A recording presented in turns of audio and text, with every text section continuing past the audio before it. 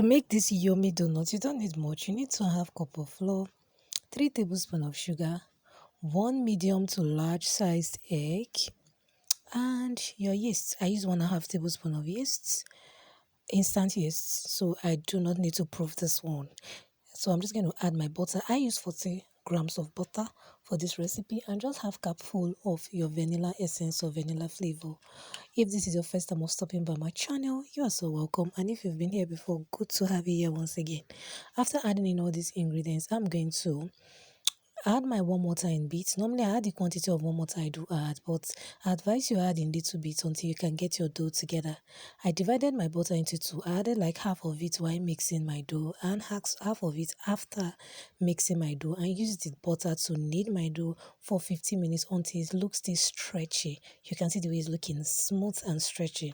After kneading for 15 minutes, normally I use vegetable oil to rub on my surface if it is sticking to your fingers or the surface. I'm going to allow to proof for 45 minutes to 1 hour. This is after 45 minutes. You can see your dough. It has tripled, or let's say quadruple its size.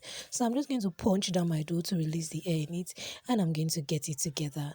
If you have watched to this point, I want you to thumbs up this. It means so much to me. Do subscribe to Debbie's Kitchen. It is free. Subscription is free. Don't be stingy with it. Subscribe. You won't be charged for it. It is free. Do like and share this video, and do comment what you think about this donut recipe. It's so easy, so yummy, and so delicious. Now I'm going to divide my dough into portions. After getting them together, I'm going to be weighing my dough now so that I can get fairly equal size after making my donut. So your donut one will not be looking bigger than the other. Normally I advise you weigh not more than 70 grams. You can have less than that, but a standard size donut, I realize that 70 grams is what you need to get your, as in the perfect weight for your donuts. If you are using it for any occasion, even for a fast food or a special order, 70 is fine. Now I've weighed all of them, 70 grams, all of them. These are 70 grams the dough, and I'm going to tell you how to get the perfect shape 2 ways. Now this is one of the ways you can roll your dough. You can roll it on your surface the way I'm doing it here, and you roll it on the surface like the way you used to do your semo, or no, your pounded yam in Nigeria. Our pounded yam, this is how we roll it and get it together. Now this also give you a perfect round shape. You can also try doing the regular way that everyone else does it on YouTube, like rolling it around your fingers and pinching the bottom of your dough to make sure that it is together. And you're going to go for that now to roll it on your surface to smoothen the bottom of your dough. Well, I said the bottom or the under of your dough. And I'm going to keep it in my paper and allow it and set it now to proof.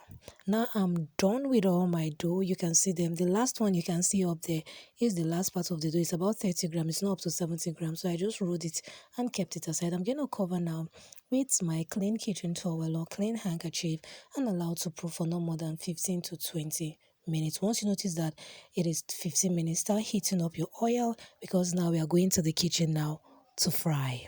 Have you subscribed to Debbie's Kitchen? What are you waiting for? Thumbs up this video, to subscribe, to like and share. It means so much to me, and I want to say it again. It is free.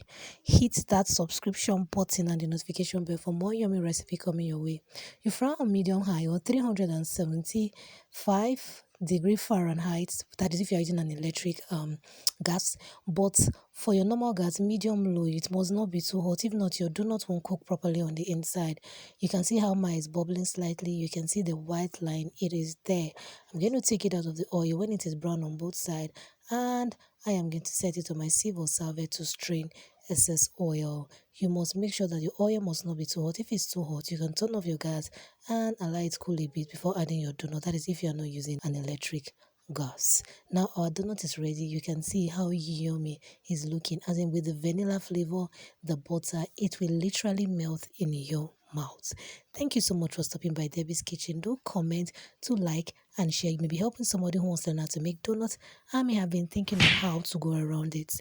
Bye bye. See you next time. Good to have you here.